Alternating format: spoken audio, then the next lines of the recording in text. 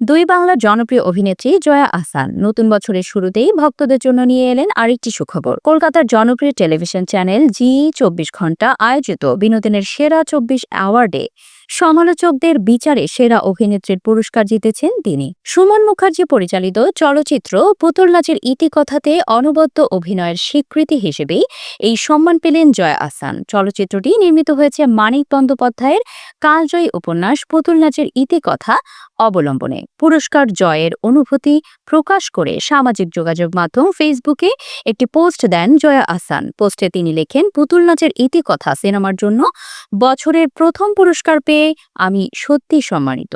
জি 24 ঘন্টা আয়োজিত বিনোদনের সেরা 24-এ সমালোচকদের বিচারে সেরা অভিনেত্রী হিসেবে এই স্বীকৃতি পাওয়া আনন্দের ও গর্বের। কৃতজ্ঞ ও অভিভূত। এই সাফল্যে বাংলাদেশ ও কলকাতার অভিনয় শিল্পী, নির্মাতা এবং ভক্তরা জয়া আহসানকে শুভেচ্ছায় ভাসিয়েছেন। সোশ্যাল মিডিয়ায় তার অভিনয় ও অর্জনকে ঘিরে প্রশংসার ঝড় উঠেছে। পুতুল নাচের ইতিকথা প্রকাশিত হয়েছে উপন্যাসটির ধারাবাহিক প্রকাশের প্রায় 90 বছর পর। উপন্যাসটি প্রথম প্রকাশিত হয়েছিল 1934 থেকে 35 সালে ভারতবর্ষ সাময়িকীতে। চলচ্চিত্রটি গত বছরের আগস্ট মাসে পশ্চিমবঙ্গের প্রেক্ষাগৃহে মুক্তি পায়। এই ছবিতে জয়া আহসান অভিনয় করেছেন উপন্যাসের অন্যতম গুরুত্বপূর্ণ চরিত্র কুসুমের ভূমিকায়। কুসুম এমন এক নারী চরিত্র যে শশীর চরিত্রকে চ্যালেঞ্জ করার ক্ষমতা রাখে।